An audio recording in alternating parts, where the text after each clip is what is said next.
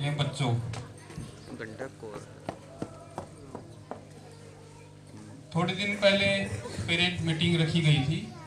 ठीक है, बाद में बात करूँ। उसमें गंडक में मैं कुछ पॉइंट्स लेके आया था और वो पॉइंट सभी को अच्छे लगे। अब उन पॉइंटों को दोबारा से और विस्तार से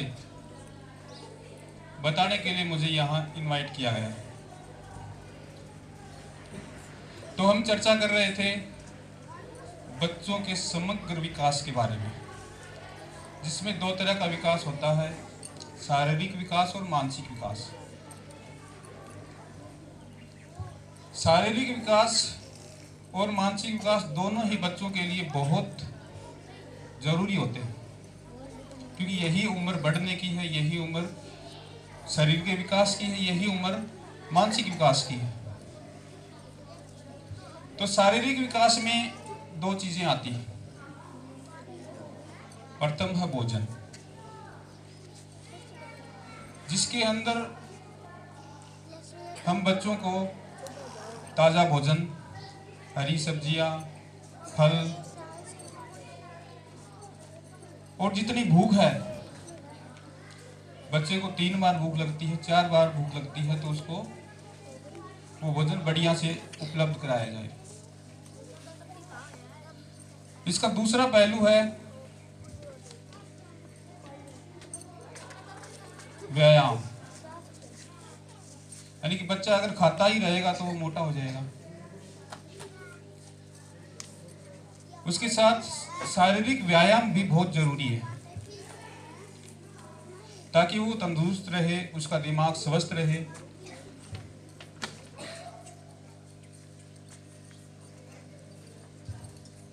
दूसरा है मानसिक विकास,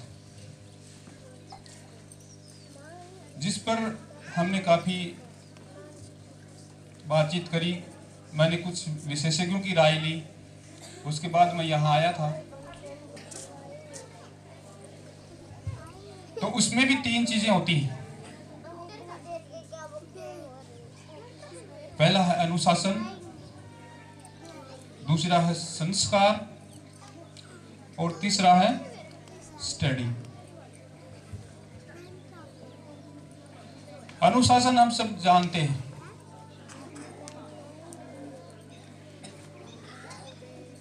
कि बच्चा ज्यादा शरारत ना करे, बच्चा सभी के साथ अच्छे से पेश आए। दूसरा है संस्कार, इसमें 2 चीजें होती हैं, प्रारब्ध और संस्कार।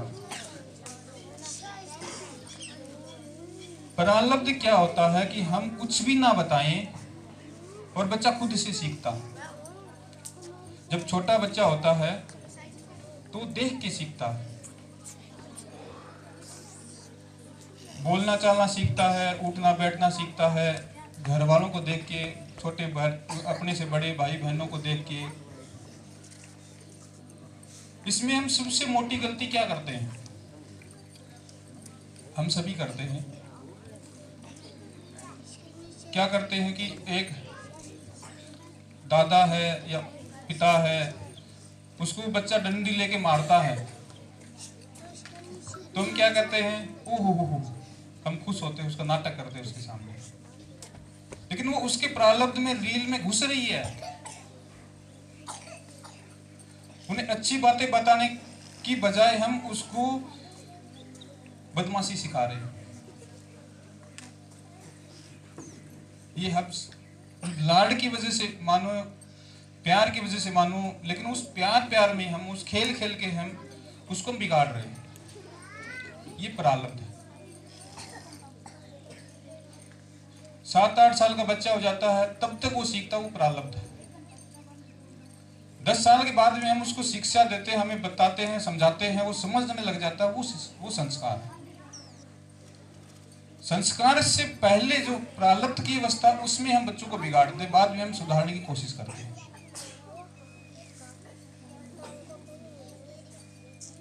ये संस्कार है। तीसरी है स्टडी। हर माँ बाप अपने बच्चों को अच्छी से अच्छी स्टडी करना कोशिश करता है, अच्छी स्कूल में भेजता है। अभी जो मनोज सर कह रहे थे अपनी हैसियत से ऊपर, वो बात सत्य है। अपनी हैसियत से ऊपर कोशिश करता है कि मेरा बच्चा, मेरे में जो कुछ भी हो जाए, लेकिन मैं अपने बच्चे को अच्छी से अच्छी शिक्षा दूं।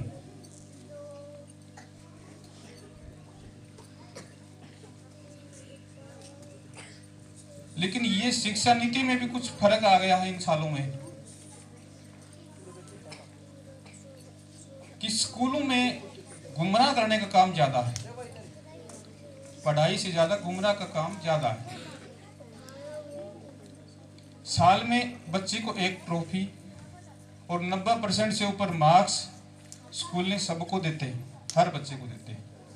और माँ बाप के दिमाग में ये घुसाते हैं कि अगर ये आपका बच्चा बहुत होशियार है, दूसरी स्कूल में डाल दिया तो ये कमजोर हो जाएगा। माँ बाप भयभीत हो जाते हैं कि अगर वास्तव में मेरा बच्चा होशियार है, 90% नंबर लेके आ रहा है।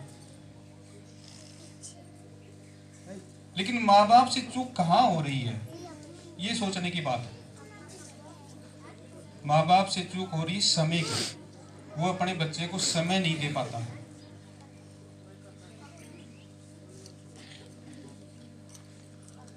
अगर फ्री है तो भी मोबाइल में लग रहा है या और कहीं ताश खेल रहा है, वो कहीं अपने ही ध्यान में लगा हुआ है, कहीं ताश खेल रहा है या कहीं मोबाइल में लग रहा है, लेकिन बच्चे के लिए वक्त नहीं है।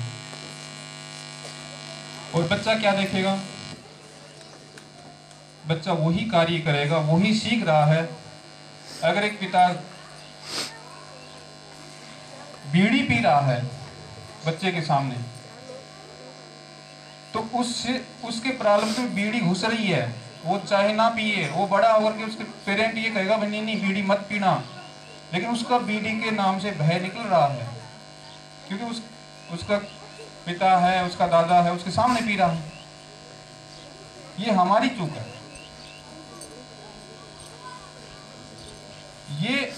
यही मनोविज्ञान है। बच्चे के अंदर मानसिकता ग्रहण कर रही है कि ये चीज पीने की है, उस चीज वो कभी ये नहीं सोचेगा ये पीने की नहीं है, क्योंकि उसके सामने पी जा रही है। उसको कि ये बात कोई समझाने वाला है नहीं, और जो समझाने वाला है वो खुद पी रहा है, तो वो कैसे उस बच्चे को वो कैसे मान लेगा? वो उसको चख के देखेगा भी इसमें क्या क्या स्वाद है।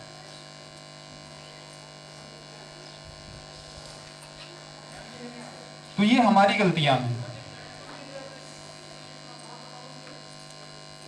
अब पेरेंट का कर्तव्य क्या है, इस पे मैं थोड़ा सा फोकस डालूंगा। ये तो हमारी चूक है।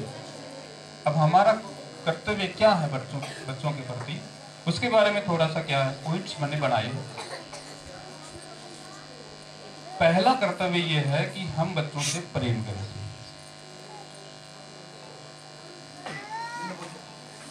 प्रेम और वासना में थोड़ा फर्क है, उसको समझने की हमें आवश्यकता है। अगर एक बच्चा, उसको हम समझा रहे हैं बैठा करके कि ये मैथ का सवाल है काट ले, उसको नहीं समझ में हम समझा रहे हैं,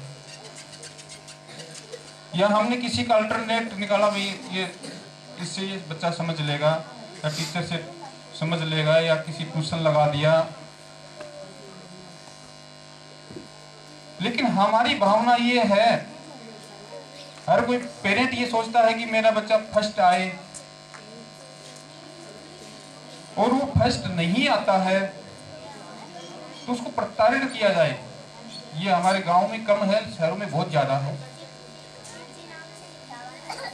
कि बच्चे को दूसरे बच्चे से, उसके पड़ोस के बच्चे से नंबर कम आ रहा था, क्यों आ रहा, उसको प्रताड़ित किया जाता है। बिल्कुल छोटा उसको तो नहीं किया जाता, लेकिन 10वीं क्लास 12वीं क्लास का बच्चा हो जाता तो पेरेंट खूब उसको प्रताड़ित करते हैं। तो वो हमारे अंदर की वासना है। बच्चे को तो जितना समझ में आ रहा है वो अपना प्रयास कर रहा है। 10वीं क्लास का बच्चा है, वो अपनी मेहनत करेगा, अपने हिसाब से प्रयास करेगा, लेकिन हम उसको उससे ज्यादा उस प्रेम से बढ़ के वासना में घर्षित हो जाते हैं, और वासना में घर्षित हो जाते हैं तो हम उसको प्रेशराइज करेंगे, और प्रेशराइज करेंगे तो उसको प्रताड़ित करेंगे, तो बच्चा एक दिन हमारे सामने बोलेगा। जब तक हम प्रेम करेंगे तब तक हम वो बच्चा हमारे सामने कभी नहीं बोलेगा। जब उसको हम प्रताड़ित करेंगे अपनी वासना के स्वरूप में, तो वो हमारे तुल के सामने बोलने लग जाएगा। 2 दिन, 5 दिन, महीना, 2 महीना, 1 साल वो प्रताड़ित होता रहेगा, दबता रहेगा, अपने आप में घुटन महसूस करता रहेगा। लेकिन एक दिन वो विस्फोट होगा। तो इस चीज को हमें समझना है, प्रेम कहां तक है, वासना का रूप कहां बढ़ जाता है। तो बच्चे को भय से दूर रखना है। उसका दिमाग सही तब तक काम करेगा जब तक वो भय से मुक्त होगा, और जब भयभीत हो जाएगा तो उसका दिमाग उसका आधा ही काम करेगा। दूसरी पॉइंट है, बच्चे को दूसरों के सामने नीचा ना दिखाएं।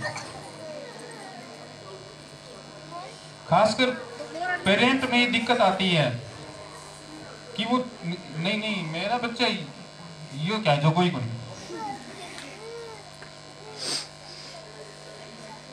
ये हमारे में कमियां हैं कि हम अपने बच्चे को मनोविज्ञान उनका डाउन करते हैं। और जो कुछ पेरेंट ऐसे हैं समझदार, मैंने देखे हैं कि वो अगर उनका नंबर नहीं आ रहा हो, मेरा बच्चा तो बहुत होशियार है, अब की बार नंबर नहीं आया तो कोई बात नहीं, अगली बार आ जाएगा। वो प्रोत्साहन है, बच्चे को प्रोत्साहित ही करना है। उनको मनोबल तोड़ना नहीं है उनका। उन नंबर उनके कितने भी आए, लेकिन उसको प्रोत्साहित ही करना है।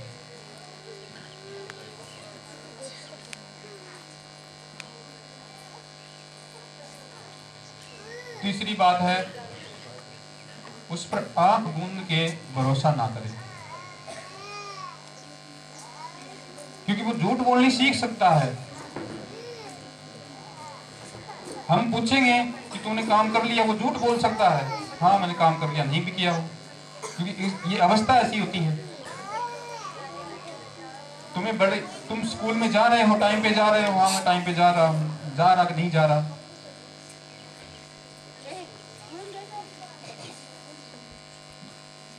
उसके सामने शो मत करो कि उसके सामने तो यही शो करना है कि हाँ मैंने मान लिया, लेकिन तहकीकात अपनी भी रखनी है।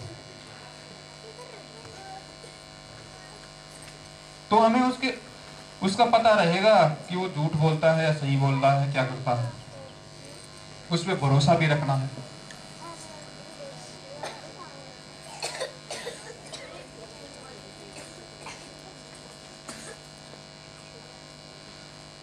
अब इसमें एक बात और आती है कि बहुत बच्चे उनको मोबाइल की आदत लगी हुई है।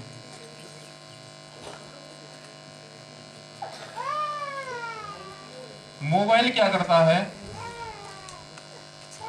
मन की वृत्तियों को, आओ सर जी, नमस्कार सर, मन की वृत्तियों को विखंडित करता है। मोबाइल क्या है, मन की वृत्तियों को विखंडित करता है, इसलिए वो भूलना यानी कि बड़े बड़े जो लोग हैं मेरे जैसे, और जो वृद्ध लोग हैं जो ज्यादा मोबाइल चलाते हैं या ज्यादा जिस पे काम का प्रेशर होता है, उनमें आदत लग जाती है भूलने की बीमारी। वो बच्चों में भी आ सकती है अगर वो ज्यादा मोबाइल चलाएंगे तो उनको मोबाइल के से तो दूर ही रखना है। और उसका जो विपरीत, जो मन की वृत्तियों को विखंडित करना है, उसको एकत्रित करने का जो साधन है वो है ध्यान और चिंतन। हमारे पुराने ऋषि मुनियों के आश्रम में आज हम बहुत एडवांस बने फिरते हैं, लेकिन उस टाइम का जो साइंस है अगर हम गहराई से सोचें तो बहुत अच्छा था। उसमें गुरुकुलों में, आश्रमों में ध्यान, शिक्षा नीतियां और अस्त्र शस्त्र सारी चीजें सिखाते थे। उसी का एक हमारे संस्कृति के अंदर, हमारे स्कूलों के अंदर परेड कराई जाती है। उसी को थोड़ा सा उसका एक रख रखा है 15 मिनट का। वो क्यों कराया जाता है? क्योंकि ध्यान जिस टाइम होगा तो सारी इंद्रियां बंद है, आंखें बंद है। सबसे ज्यादा हमारी जो ऊर्जा निकलती है वो इंद्रियों, आंख की जो इंद्रिय उससे ज्यादा निकलती है। आंखों से हम जो भी देखते रहेंगे तो हमारी ऊर्जा निकलती रहेगी। और मोबाइल में भी क्या होता है, वो आंखों से ही वो ऊर्जा निकल रही है, इसलिए दूसरी ऊर्जाएं हैं वो काम नहीं कर रही है। और हमारी ऊर्जा को केंद्रित करके मस्तिष्क तक पहुंचाना है, तो वो एकत्रित होकर बच्चा क्या है, इंटेलिजेंट बनेगा।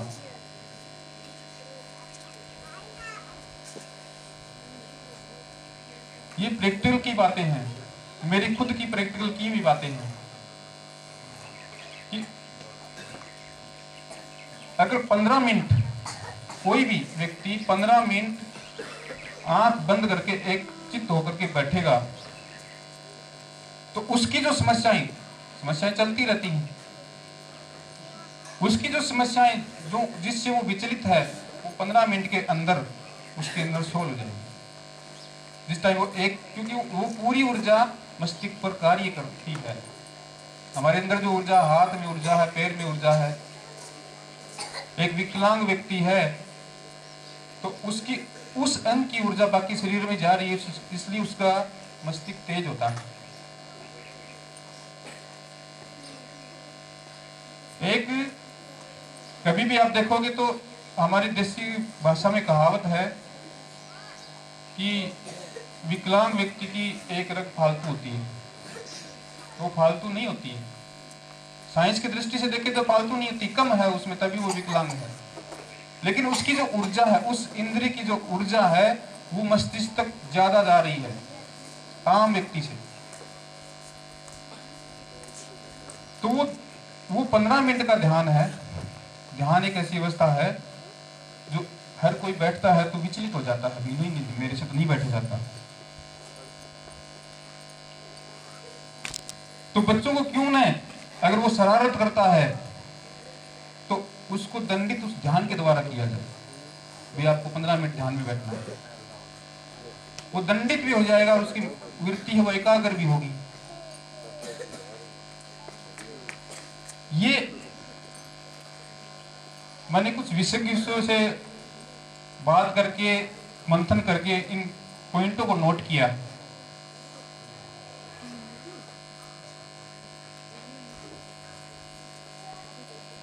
तो समय काफी हो गया है, सभी उबासी लेने लग गए हैं, कब पीछा छोड़ेगा। कार्यक्रम को आगे बढ़ाएं। मुझे 10 मिनट का टाइम दिया, उसके